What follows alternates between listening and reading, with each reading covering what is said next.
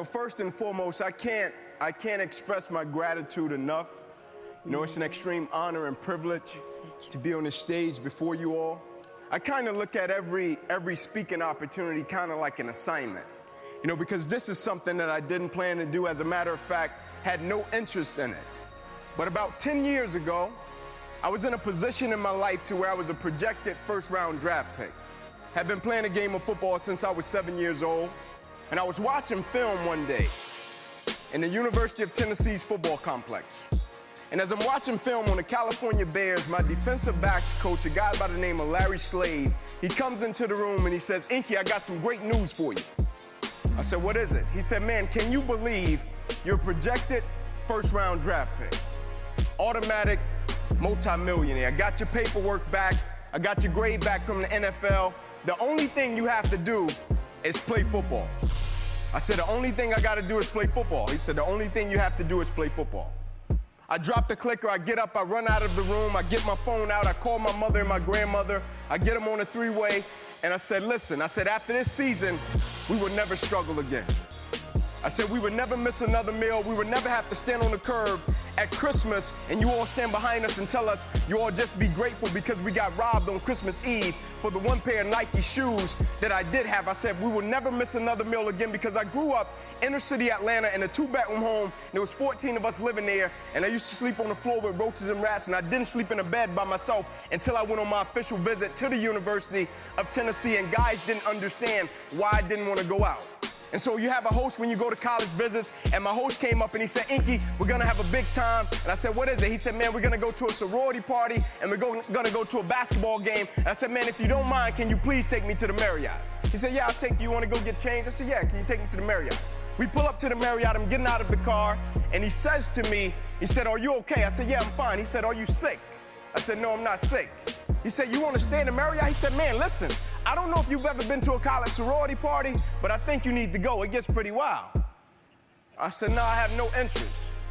I said, "See, what you don't understand, this is my first time sleeping in a bed by myself, and it's a king size at that. So I don't care about a sorority party."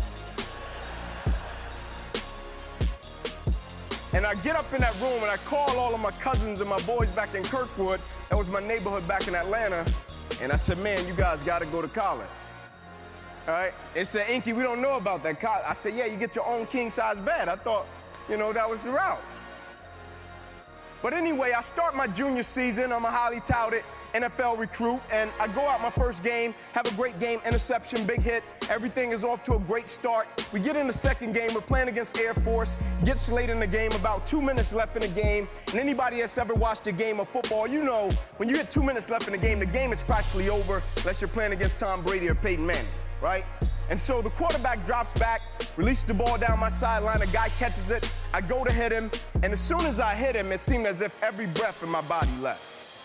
My body went completely limp, stiffed up, I fall to the ground. As soon as I hit the ground, I blacked out. Never happened to me before. My eyes open, my teammates run over to me, they said, "Ink, get up, let's rock, let's go, man." I said, "I can't." They said, "What do you mean you can't? You always get up, we need you."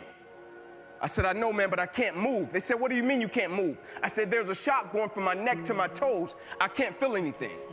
The shock eventually left. It stayed in my right arm and hand, and the doctor came out and they put me on the spine board, and as they were wheeling me off the field, we get to the ambulance, and my father is standing beside the ambulance, and I'm the type of person, I believe there's some good in every situation that we face. I believe if you train your mind to see the good in the situations that you don't like, that brings you discomfort, that brings you a certain level of opposition, I believe if you train your mind to see the good in it, it's easy to extract it.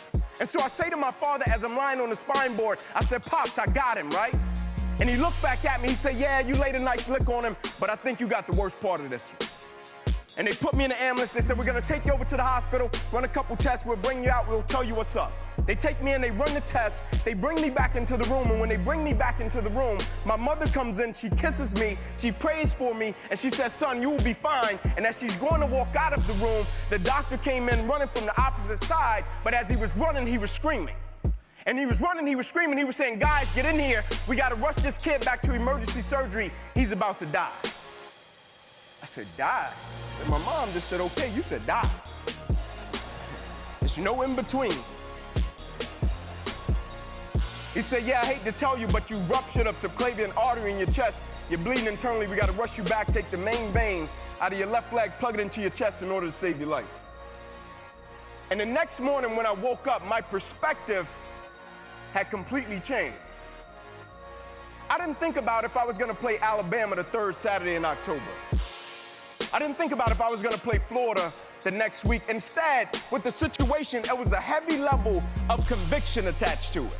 Even though people were coming in to check and see how I was doing, I was thinking about my legacy and I was thinking about my life in a manner of such, when people speak about you one day, well, the only thing they say about you is, man, that guy was an amazing athlete.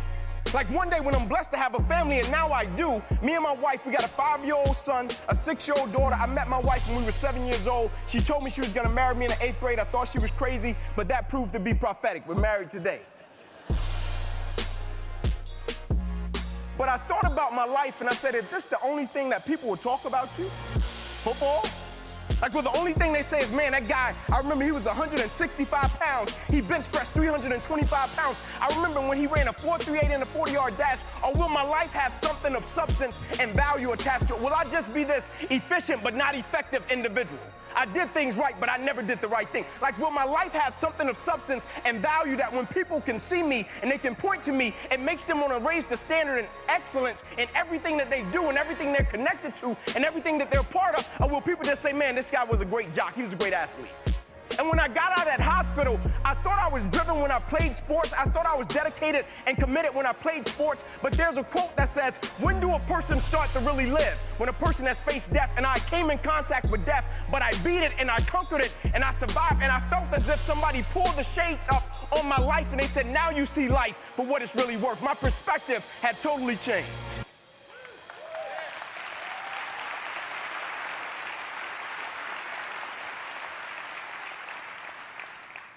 And I went to rehab for my arm for 2 years, 7 days a week, straight. And they would order me different machines. They would get me an arm skateboard. They would get me different things that I could breathe in because they cut me 6 times down my left thigh. They cut me 1 time across the left side of my neck, 1 time across the right side of my neck, twice through my right ribs. They cut out my right pec. They put 350 staples in my body and they bandaged me from my neck to my knees. I had to learn how to walk again. I went from bench pressing 325 pounds, jumping a 40-inch vertical, to now my roommates had to help me take a bath because there were certain incisions that I couldn't get wet. And I went to rehab for 2 years, and the doctors, at the end of every visit, I would step up and I would say, man, is there anything that you could tell me? Like, can you give me anything? Are you seeing anything? Any nerves regenerating? Are you feeling anything? Can you tell me something? And the only thing they would say at every visit, come back tomorrow, for 2 years. And so one of my last visits, I got up off the table. I'm a pretty positive guy, speak life. You know, I believe in looking at situations with the right perspective. And I jumped up off the table and I said to the doctor, I said, man, are you seeing anything? Can you give me any good news? And he said to me as he dropped his head, he said, Ink, you probably will never be able to use that arm or hand again for the rest of your life. And I responded to him and I said, physically. And he said, physically? That's interesting. I said, yeah, physically. I said, physically, you know, I can't punch anybody with my right. I got a mean left, right? I got a mean left hook. I can't do a lot of things that I want to do with my right. I can't. You know what's one of the coolest things that I thought was as a kid, right? It wasn't anything with athletics, and I was a four-sport athlete. But one of the coolest things that I thought about my whole life, right? When I was a kid and I grew up in this community, I saw everything by the time I was a senior in high school. I saw murder. I saw people get robbed. Saw people get stabbed. I saw drugs being sold. I saw people use drugs. That's why I never touched any of it. But when I was a kid, there was a swimming pool on the other side of the tracks in my neighborhood, right? Other side of the track, swimming pool. And I would walk past the swimming pool all the time. And the coolest thing in the world to me, not just what's in the world, the coolest thing was when I would see a father and he would grab a kid and he would throw him up and he would catch him. And they would laugh and they would smile. And I would always stand on the fence and I would say, man, I can't wait until one day I have my wife and my children. And I could take him to a pool and I could throw him up and I could catch him and I could see him smile. And when the doctor looked at me and I said, physically, I said, I can't do some of the things that I want. I can't throw my kid up like I wanted to in the pool. Like some of the things I can't do. I said, but I could use this arm every day for the rest of my life by the way that I live my life, because I would never let a circumstance or a situation define my life. Adversity is adversity. And the reason I love adversity is because you don't judge a person's character by where they stand when everything is all good. Everybody can stand up and do good when everything is all good. Everybody can smile when it's sunshine. Everybody can do right when everything is going right. Everybody can do that. But everybody can't face opposition, adversity, and challenges and say, I've been waiting on you to come. I'm going to embrace you, and I'm going to figure out a way to use you, because you would never turn me into a different person. You would never make me a person that people don't recognize before the adversity. You ever seen a person that faced something and you don't even recognize them?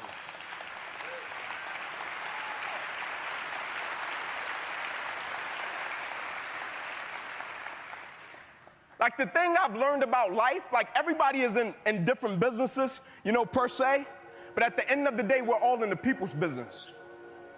And what I mean by that is every day we have a chance to impact somebody's life.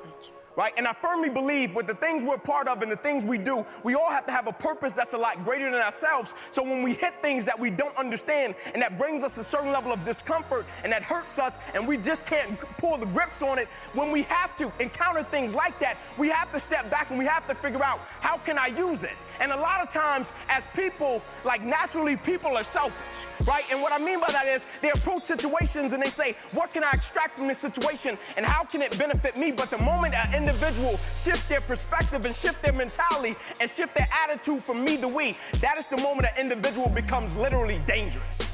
Because now an individual is attached to purpose and mission. And when you have an individual that's attached to purpose and mission, it's not too many things that's gonna stop them. You see, my football career ended, but my reason for why I lived my life, it never did. I just had a paralyzed right arm and hand. My mentality wasn't paralyzed. My spirit wasn't paralyzed. My drive wasn't paralyzed. My dedication wasn't, my commitment wasn't. I was the same man. I just had an extra boost of energy for why I lived my life. I wear this as a badge of honor. Every single day, the adversity, the opposition that life sent to break me, I wear it as a badge of honor because I understand every day of my life, I represent something. It's just like every individual in this room, every company, every brand. When people see you, they think something. We've all seen those people, we see them coming, we're like, oh, here come this crybaby. Know they're whining about something.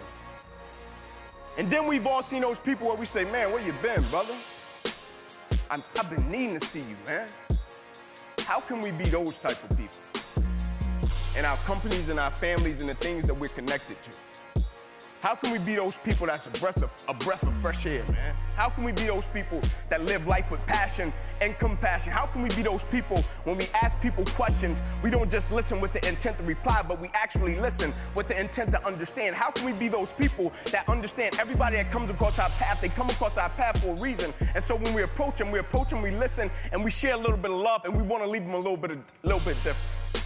Like, I'll never forget, I talked to the guy that I encountered the hit with that left my arm like this, and that changed my life. I'll never forget I talked to him. He called me, and he played for the University of Air Force, obviously, and he just so happened to be from Atlanta. And he calls me, and I picked up the phone. It was about a year and a half after my incident happened. I pick up the phone, this guy is crying his eyes out. And he says to me as he's crying, I'm sorry. I'm sorry, I'm sorry. He said, I didn't have a shot at the NFL. I said, you did. He said, I feel as if I messed your life up. And I said to him, thank you. He stopped crying. He said, what do you mean, thank you? I said, I'm saying thank you because if this incident didn't happen, who's to say that I would be the man that I now am? Who's to say that I would be the father that I now? Who's to say that I would have the perspective that I have? Not that my perspective was bad before. Adversity, it's all about perspective. It's never about what we go through. It's how we view what we go through. And when I told him thank you, the reason he didn't understand it, it's not so much about a story, right? We all have stories. Like the ESPN producer told me, he came down to see me in Atlanta and they shot my little special and he told me, I'm not coming just for the story. Everybody has a story. He said, I'm coming because I can't understand your perspective and I can't understand how you can be thankful for something that brings a lot of people pain and they just can't understand. I can't understand how you're thankful for something that a lot of people can't even process and they will use it as an excuse. And I said, you probably can't understand it because you don't live life the way that I live it. Every single day I wake up, the only thing I need is a breath of fresh air. That's it. I don't need a reward. I don't need a product. The only thing I need is breath in my body. And every single day I'm gonna wake up and I'm gonna live life for the right reason and I'm gonna live life in the right way. I'm gonna live life with passion, with love and compassion because when I almost lost my life, that shade went up and it made me realize what life was really about.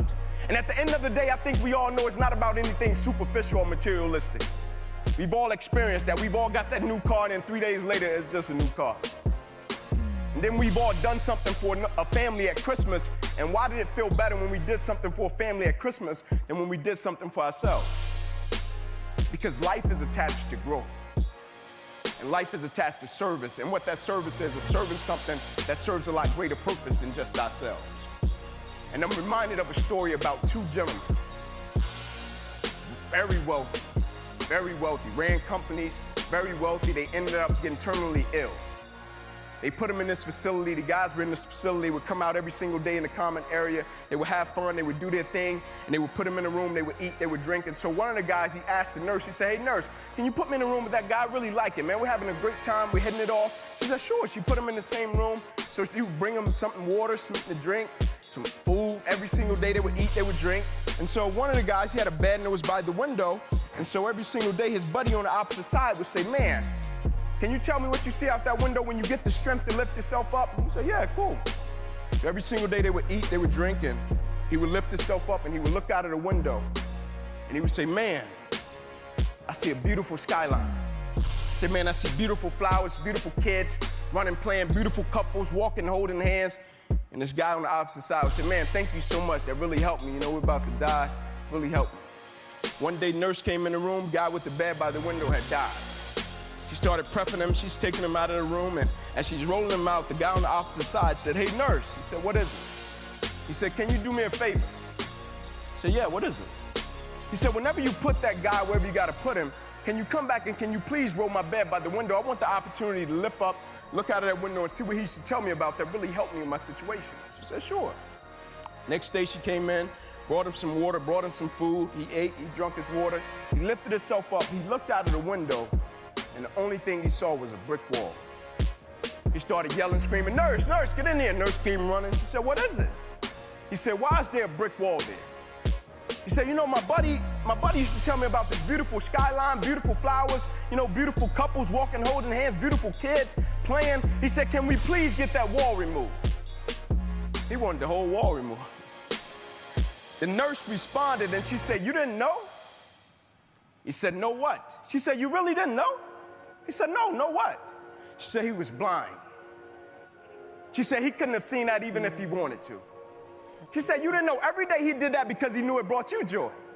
Every day he did that because he knew it brought you peace. Every day he did that because he knew it helped you with your situation. Every day he was about to die himself, but here you had a blind guy that lifted himself up, looked out of a window, and painted a picture that he couldn't even see simply because he knew it served as a blessing to his counterparts. And so as I leave you today, I have to pose the question, why do you really do what you do and where is it taking you? Like, what's the GPS that's on the end of our decisions and our choices? Like, where is it really taking us? Because at the end of the day in life, it's only two things that matter. And it's not about the biggest car, it's not about the biggest house, it's not about the bank account. It's only two things that matter. It's about who we become in life, and it's about what we give back to life. And I don't know about you, but every single day I'm blessed to be above ground. I'm gonna make my time count, and I'm gonna give something valuable back to life. Please don't be the people in this world that become a public success, but they're private failures. That's my time. God bless you. Thank you.